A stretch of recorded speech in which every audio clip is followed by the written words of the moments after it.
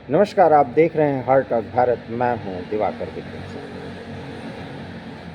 6 चरण के चुनाव संपन्न हो गए हैं और अब ये स्पष्ट हो गया है कि आ तो मोदी रहे हैं और अब वो इकोसिस्टम जो मोदी को हराने में लगा हुआ था और अभी 4 जून तक हराएगा, वो भी अपने आप को बचाने के लिए, फेस सेविंग करने के लिए मानने लगा है कि अंततः सरकार तो मोदी ही बनाएंगे। खैर, ये तो इलेक्शन की घोषणा के पहले मैं इस बात को तर्क सहित करता रहा हूँ। आप हार्ट ऑफ भारत के वीडियो पर जा कर के देख सकते हैं। और मैंने ये भी कहा है कि 400 कैसे पहुँचेंगे मोदी। जिस नैरेटिव को उन्होंने गढ़ा, विपक्ष को फंसाया, उसमें विपक्ष फंसा, लेकिन मोदी ने ये नैरेटिव हवाई नहीं गढ़ा था। इसके पीछे आधार थे। आपने कार्यकर्ताओं को उत्साहित करके पूरी तरीके से जुट जाने के लिए, खुद को उत्साहित करके जुट जाने के लिए, क्योंकि नरेंद्र मोदी संघर्ष करना जानते हैं। 15 साल, माफ़ करिएगा 10 साल के उनकी इस राजनीति में, जहाँ पॉजिटिविटी के साथ हर एक चुनौती का सामना करने के लिए वो दृढ़ प्रतिज्ञ होकर के आगे आते हैं, इसको समझते हुए भी अनजाने में सिर्फ मोदी के विरोध के नाम पर विरोध करते हुए ये कहना कि ये सब दिखावा है, यही वो बात है जिसके कारण विपक्ष की और उस इकोसिस्टम की हार इस बार भी होने जा रही है, जो सच्चाई को स्वीकार करने में कोताही बरतता रहा। खैर, 4 जून को स्पष्ट हो जाएगा कि मोदी सरकार बनाने जा रहे हैं और बहुत अच्छी मेजॉरिटी से, एक स्पष्ट बहुमत से और 2/3 बहुमत के साथ मोदी संसद में अब वो कुछ करने जा रहे हैं। मैंने हर बार यही बोला है, जिसकी अपेक्षा इस देश को है। खैर, उसके बारे में हम चर्चा बाद में करेंगे, लेकिन ये कि जिस इकोसिस्टम पर ये विपक्ष और विशेष करके राहुल गांधी और कांग्रेस पार्टी मोदी को हटाने का सपना देख रही थी, उसे हार को स्वीकार कर लेने के बाद जिस नैरेटिव को गढ़ करके वो मोदी को हराने का सपना देख रही थी, कम से कम 4 जून के बाद अब उसी पर अटल होकर के वो अगले 5 साल काम करने के बारे में सोचे। और तब इन नेताओं का, जो कि समय आने के बाद तदर्थवाद के तहत रणनीतियाँ बदलते रहते हैं, कभी मंदिर में जाना, कभी मस्जिद में जाना। मस्जिद में तो खैर अभी तक नहीं गए हैं, लेकिन हाँ, टोपी तो सब पहनते हैं। ये दिखावे की जो राजनीति है, इससे पूरी जनता वाकिफ़ है। और इसी कारण से कांग्रेस के साथ उत्तर प्रदेश से लेकर के केरल में, हालांकि केरल में एक अच्छी स्थिति कांग्रेस की होने जा रही है, क्योंकि वहाँ वामपंथियों का जो शासन रहा है वो इतना प्रभावी नहीं है और वहाँ पर एंटी इनकम्बेंसी फैक्टर का फ़ायदा कांग्रेस को होगा। लेकिन जो एक विश्वास, कम से कम उत्तर प्रदेश में, जैसा कि अखिलेश यादव 79 सीट, 80 में 79 सीट जीतने की बात कर रहे हैं, वो कितना हास्यास्पद है आप सोचिए। क्योंकि अब वो नैरेटिव गढ़ने की कोशिश किए 5वें चरण के बाद, और मोदी तो उस जाल में फंसा करके आपको पूरी तरीके से कैद कर चुके थे। और फिर आप मोदी को या मोदी के इकोसिस्टम को, जैसा कि आप लोग कहते हैं, जिनको आप भक्त कहते हैं, हो सकता है मैं भी बात कर रहा हूँ आप भक्त कहें, लेकिन सच्चाई को स्वीकार ना करना, यह लोकतंत्र में बहुत गलत होता है। वो पार्टी, वो व्यक्ति, वो इकोसिस्टम पूरी तरीके से पर्दे के पीछे चला जाता है, जो सच को माने ही ना। और सच तब माने जब सब कुछ खत्म हो जाए। कहते हैं ना, अब पछताए होत क्या जब चिड़िया चुग गई खेत। एक मजबूत विपक्ष भी इस बार नहीं खड़ा होने जा रहा। अब आप समझिए बहुमत किस तरह से आ रहा है। और सारा खेल किया 4 जून 400 पार के नारे के।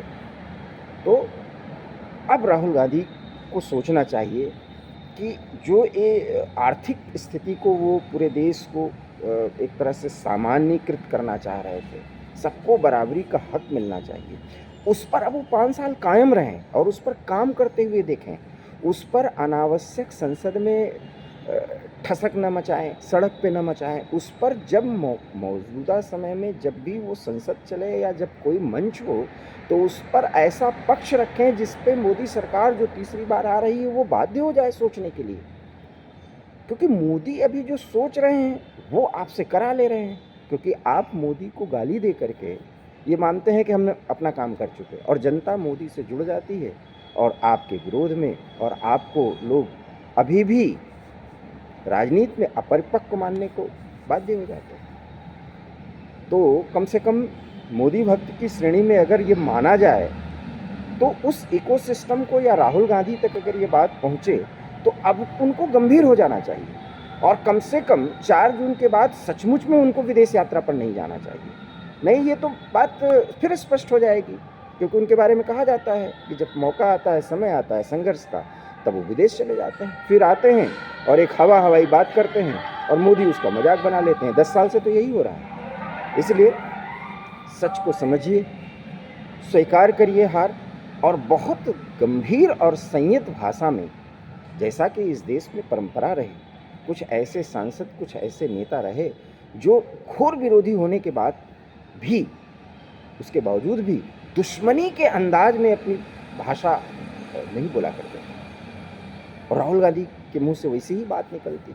तो फिर अगर वो व्यक्तित्व का एक हिस्सा बना रहे हैं तो माफ़ करिएगा, आप हमेशा अपरिपक्व राजनीतिज्ञ माने जाते रहेंगे, और अपने इकोसिस्टम में जो कुछ रणनीतिकार हैं वो कितने ज़्यादा एकांगी दृष्टिकोण से सोचते हैं, उनका नज़रिया कितना सेलेक्टिव है, और राष्ट्रवाद से उनको जिस तरह से चिढ़ है, हिंदुत्व से चिढ़ है, इस सब से चिढ़ करने वाले जो तत्व हैं उनसे राहुल गांधी एक बराबर दूरी बनाएं। उनको भी झिड़किए नहीं, लेकिन उनकी बात उतना ही सुनिए जितना ज़रूरी है, और आपको कन्विंस होना पड़ेगा कि आप यहाँ के बहुसंख्यक जनता को इस तरीके से नज़रअंदाज नहीं कर सकते।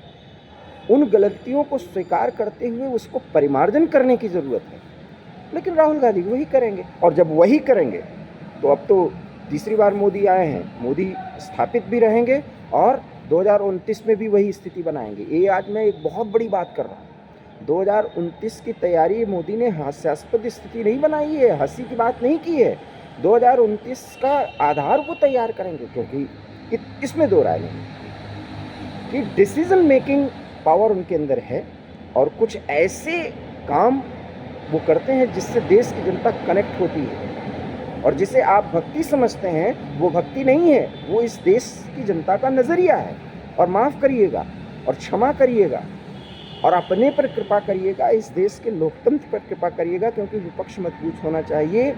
4 जून के बाद ईवीएम का ठीक रहा, इलेक्शन कमीशन पर ठीक रहा कि वो परसेंटेज 10-10 दिन बाद बढ़ा के दे रहा है, ये सब ठीकरा फोड़ करके आप अपने को फिर कमज़ोर करेंगे। आप मानिए कि आप कहाँ गलत हैं, तुष्टीकरण की राजनीति की एक सीमा बांधिए, करिए, क्योंकि वो पिछले 4-5 दशकों से आपकी ज़रूरत बन गई, और 4-5 दशकों तक आप सरकार में रहे भी तो सिर्फ तुष्टीकरण के कारण। इसलिए राजनीति बदलती भी तो रहती है, समय भी तो बदलता रहता है। परिमार्जन की ज़रूरत है, मतलब अपने को मांझने की ज़रूरत है, संयत भाषा बोलने की ज़रूरत है। और फिर भारत जोड़ो यात्रा जिस तरीके से 2 पार्ट में किया गया, 4 जून के बाद थोड़ा सा विश्राम करके पार्टली वो यात्रा जारी रखनी चाहिए राज्यों में, और उन्हीं मुद्दों को जो आपने चुनाव में उठाया है, चाहे आरक्षण का हो, चाहे आर्थिक बंटवारे का, संसाधनों के बंटवारे का, इन सब को इस्टेब्लिश करिए कि आपने किस सोच पे कहा था। क्योंकि आपने तो यही कहा ना कि प्रधानमंत्री ने ऐसी बात बोल दी कि लोग समझ ही नहीं पाए। खड़गे साहब तो प्रधानमंत्री को कह रहे थे कि हमें समय दे दीजिए, हम आपको समझाएं कि हम क्या कह रहे हैं। अब समझाइए, और अब समझाएंगे तो जाके 2029 में बात बनेगी, और बीच में जो भी चुनाव आएंगे उसमें आप सरकार को घेर सकते हैं। लेकिन ये बात समझ में आएगी भी या नहीं, ये देखना दिलचस्प होगा। लेकिन इतना ज़रूर है कि समझिए ज़रूर, क्योंकि 4 जून को वो स्थिति होने जा रही है जिसकी आप कल्पना भी नहीं कर रहे थे, और मोदी एक बार फिर प्रधानमंत्री बनने जा रहे हैं। वीडियो पसंद आया हो तो प्लीज़ लाइक करिए, शेयर करिए, और हमारे चैनल हार्ट ऑफ भारत को प्लीज़ सब्सक्राइब करिए। बहुत बहुत धन्यवाद। नमस्कार।